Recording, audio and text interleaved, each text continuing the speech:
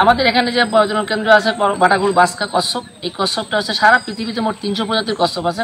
এই 300 প্রজাতির কচ্ছপের ভিতর 3টে ভাগ আছে, একটা হচ্ছে টর্টয়েস, একটা টার্টেল এবং একটা টেট্রাফিন। টর্টয়েসগুলো থাকে পাহাড়ে পর্বত অর্থাৎ সাইজে ছোট থাকে, পাতা নিচে টিতে থাকে। টার্টেলগুলো থাকে হচ্ছে আপনার পানি বা অথবা মিষ্টি পানি অথবা ধানের খেতে পুকুর টুকুর এইসব জায়গায়।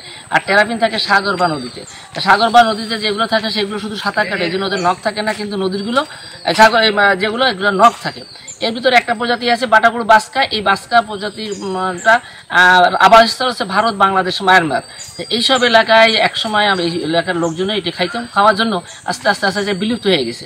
এখন আর 2000 সাল থেকে পাওয়া যাচ্ছিল না। পরবর্তীতে বন বিভাগ, IUCN,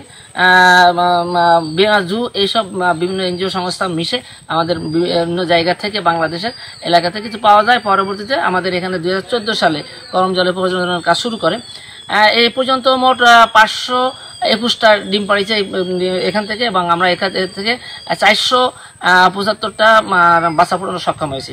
2024-25 অর্থ বছর অর্থাৎ 25 সালে ফেব্রুয়ারি মাসে 3টে কচ্ছপে মোট 82টা ডিম পাড়ে।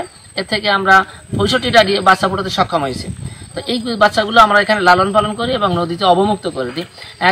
আমাদের সুন্দরবনে দেওয়া হয় কেন? একসময় সুন্দরবনে এই প্রজাতিটা ছিল, এটি আমরা আরও আছে কিনা এই জন্য খোঁজার জন্য 2017 সালে 2টি, 18 সালে 5টি এবং 19 সালে 5টি মোট বিভিন্ন সময় এইগুলো স্যাটেলাইট ট্রান্সমিটার রিভাইস সেট করে নদীতে ছেড়ে দেওয়া হয়।